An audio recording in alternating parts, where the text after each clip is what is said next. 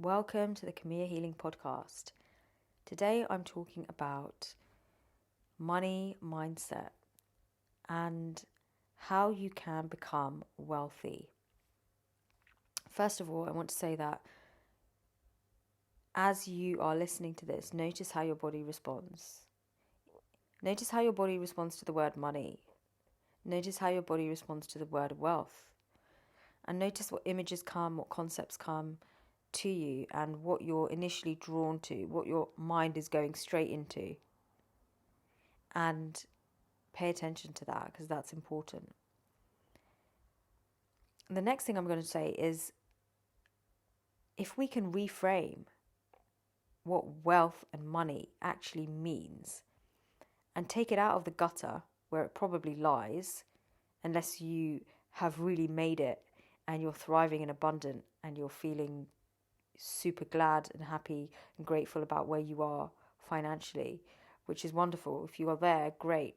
And if you've built that wealth in a sovereign and honest and integral way, even better. But for most people, they're not there. And money and wealth are huge, huge triggers. Now, that's often because of the way that we've interacted and received money in the past, or had to give money in the past, and therefore it creates a huge psychological association with all of these life experiences. And they may also not just be your life experiences, they may be your ancestral patterns around money and wealth. And many of you listening to this maybe came from backgrounds where your ancestors didn't have a lot, or your ancestors lost a lot, or had things taken away, and had their homes or businesses taken away. That was certainly the case in my ancestral lines. And therefore it becomes imperative to learn how to reframe this concept of money and wealth.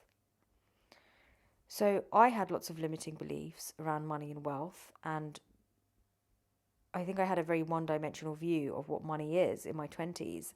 And studying economics, going into banking, I really had a very limited notion of what money was and what money could do and what wealth would look and feel like and what it would be able to get me. And realizing then the hard way that actually you got this money coming in, but it doesn't actually make you feel wealthy. It makes you feel poor. It's depriving. It makes you feel deprived. That experience for me forced me to examine my relationship with money and my concept of money. Because when I was at my most depressed, most miserable, most disconnected, most lonely, I was buying wonderful things. I'll be honest with you. And I knew when I was doing it, this is not making me happy. This is making me feel even worse. I'm digging this hole and I'm digging it really deep and I'm in it and I'm still digging. And I didn't know back then how on earth to get out of that. I just knew I wasn't fulfilled.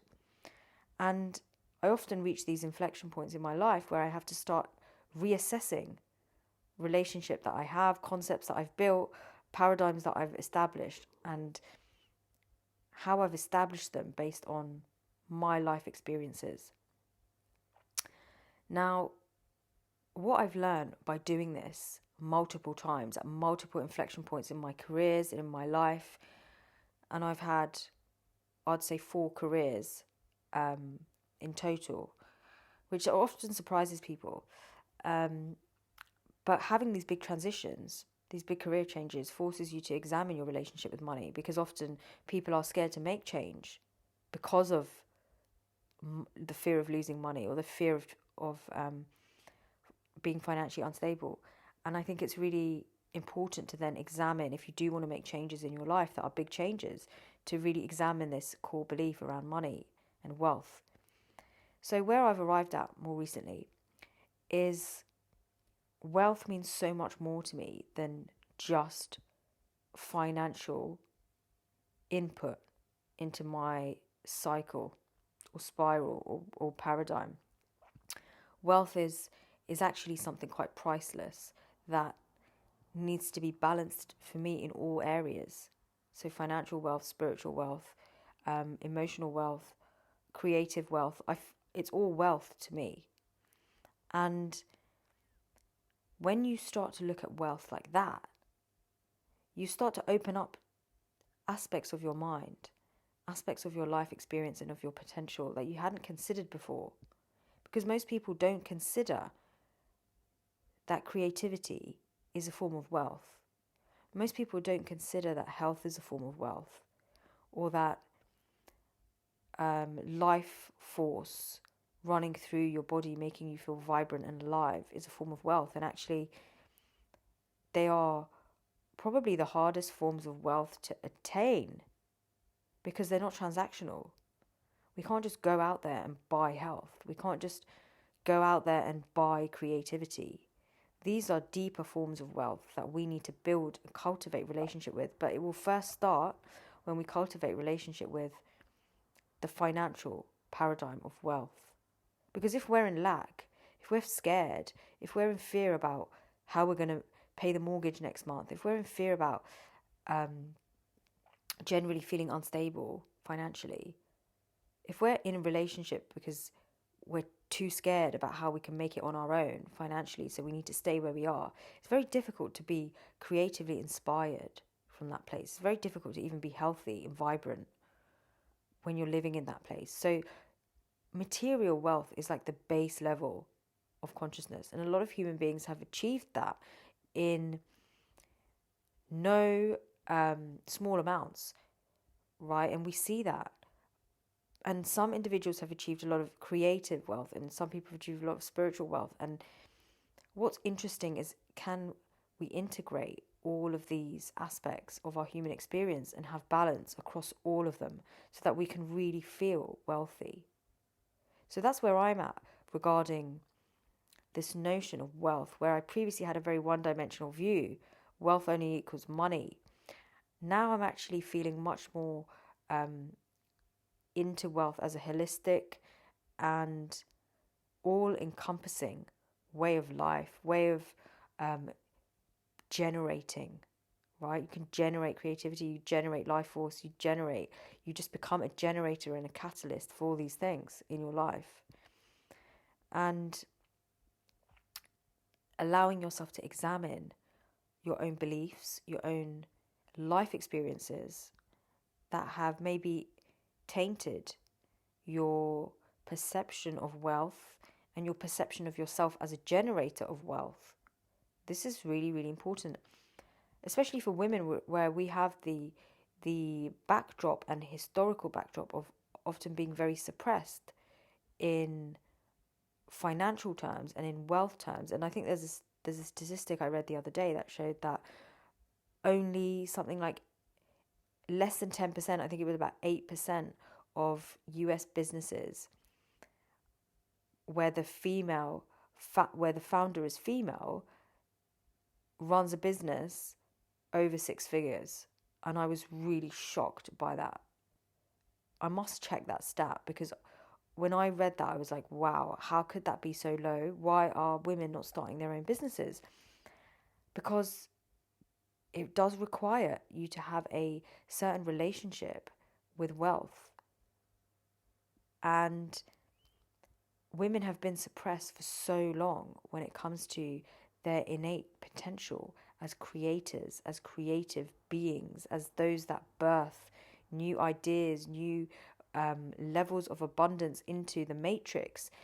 That's been so suppressed that almost every woman is carrying that in their field. They're trying to overcome that in a different way. So recognizing that this is far more ancient than you and goes way back, and therefore is something that may pose a huge challenge, but also may pose a huge opportunity. So when you allow yourself to come into a examination as the first step of wealth, of your relationship with money, you're going to come across lots of barriers, barbed wire, brick walls, high towers, potholes in the road. You're going to come across all sorts of stuff. And it's your choice whether you just leave it there or whether you actually say, you know what, I need to really scale this. I need to go up this mountain and I need to figure out why I feel this is too big for me. Or I need to go down into that tunnel that I can feel in my heart and really explore why it's so dark in there when it comes to me and my financial success, or my material wealth and abundance, or my wealth, my sense of ability to anchor in my own wealth and my own abundance.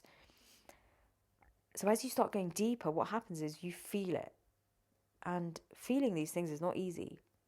Feeling all of these blocks to your inherent value and pricelessness, it's not easy. But when you hold that light around yourself as that which is possible, that which can expand into all areas, she who can expand limitlessly into all areas and create effortlessly and abundantly, when you allow yourself to hold the light around your true essence, all these little blocks don't seem so overwhelming. They actually seem like, oh, okay, maybe I should go into that. Maybe I can explore that. Maybe I can feel that without becoming overwhelmed. Because as you feel, your nervous system is going to start moving. Your brain is going to start giving you all these thoughts, all these stories, all these narratives. Being able to sit with that at a nervous system level, at an emotional level, energetically as well, being able to sit with that and really slowly and calmly explore and meet and integrate all these fragmented experiences and imprints that are holding you back from feeling expansive wealth. This is going to help you to move through the blocks much more easily, rather than coming up against them, getting very overwhelmed and digging your heels in even deeper because you feel the overwhelm and therefore the belief must be true. And that's what a lot of people do. They use their capacity to feel to validate their own limitations. I'll say that again. Using your own capacity to feel, i.e. to transmute, to be the alchemist, to actually validate your own density, to reinforce your own density. That's self-sabotage. And we have to find all the ways that we are self-sabotaging ourselves. Obviously self-sabotaging ourselves. We have to find all the ways that we are self-sabotaging in order to free ourselves and expand into the life that we really are capable of creating. So after listening to this podcast, a practice you might like to try is to make a list of all of your belief systems and all of the thoughts that come up. Just spontaneously writing what comes up when we say the word money, when we say the word wealth. What images do you get? What life experiences and memories are coming flooding back to you? Maybe you didn't have a lot as a child. Maybe your family were living in poverty for quite a while and it brings back some really horrible memories for you. Well, write that down. That can either be your driving force or it can be the veil that continues to blind you from your true potential. So for a lot of people, it is a driving force. And for a lot of people, they will be very motivated because they didn't have very much. They came from backgrounds where wealth and money was something unobtainable. And they become self-made. Now, I don't necessarily believe you need to work and operate from that place of lack and fear and need for validation. I think there's a deeper way you can meet those aspects of yourself and actually build wealth from a place of flow and creativity and openness and joy, rather than needing to prove because you never had it to begin with. And it leaves a very different vibration in your field when you're building from that place. So taking your first step to really explore make some notes. And then the next thing you might want to do is also identify what your goals and what your dreams are. And any goal and dream is going to require funding. Any goal and dream is going to require you to have a relationship with money and wealth.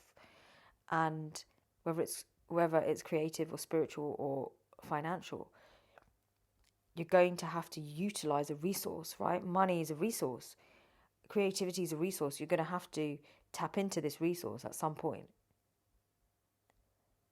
Allowing yourself to dream and have the vision there for yourself, what you want, whether it's a house, whether it's a car, whether it's a holiday for you and your family, whether it's to afford a healing program, whether it's to invest in your business or start a business, whatever it is. Have your dream and have your future vision really, really clear.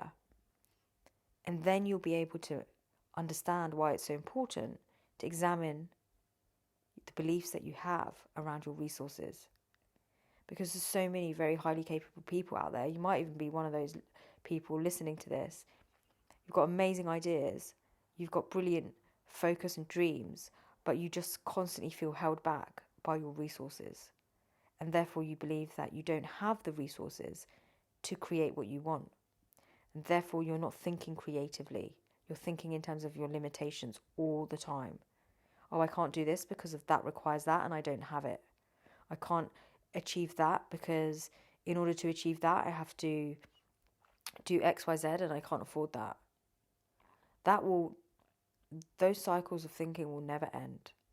I can guarantee you. It doesn't matter how rich you are.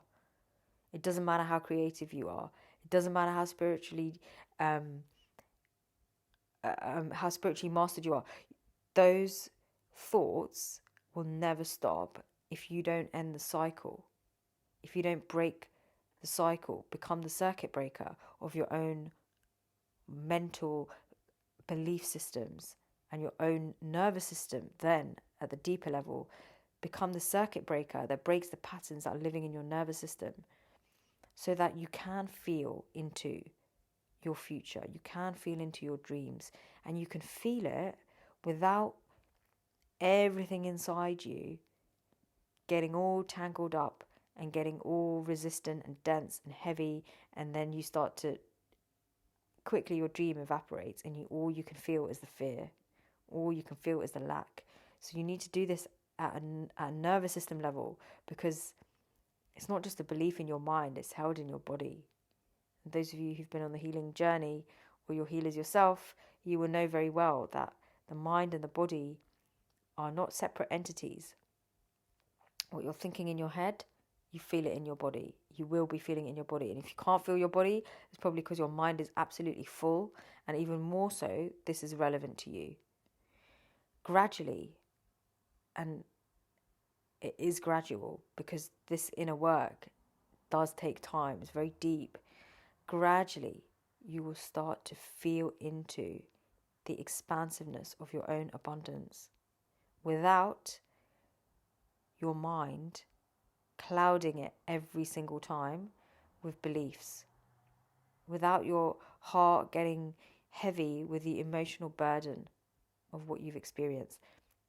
Gradually, you will start to accept that you are a generator of infinite wealth on all dimensions, and it's up to you to decide whether you're ready to feel it. And preparing yourself to feel it is the focus of this podcast. Preparing yourself to feel into that abundant fields of gold. And I open fields of gold when I do very deep healing work with my clients.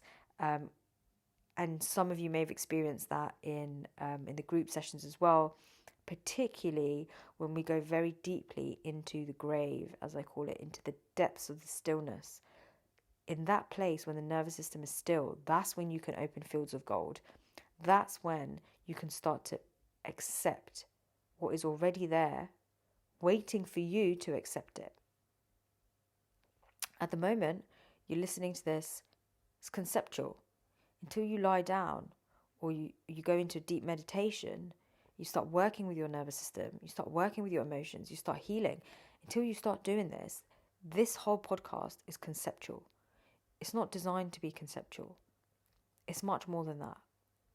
And I encourage you to do the practice so that you can actually see the change in your life and in your body and in your wealth and in what you're trying to create, rather than just listening to this and going, okay, that sounds cool, sounds like it could be an option, sounds like maybe it worked for her, but I don't actually want to try it myself because I'm not sure what will come up.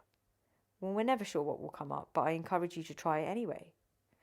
And then it's up to you whether you want to make this a daily practice and sustain it because your dream is worth that much to you, because your goals are that precious to you, because your vision is that clear that you will do this as a practice every day to become a generator of your own wealth. I hope that's helped. And if you've enjoyed that and you have started to practice and you're noticing changes, let me know. I'd love to hear from you. Please share this podcast with people that you know and love, who you feel would benefit from hearing this. And I will see you on the next one.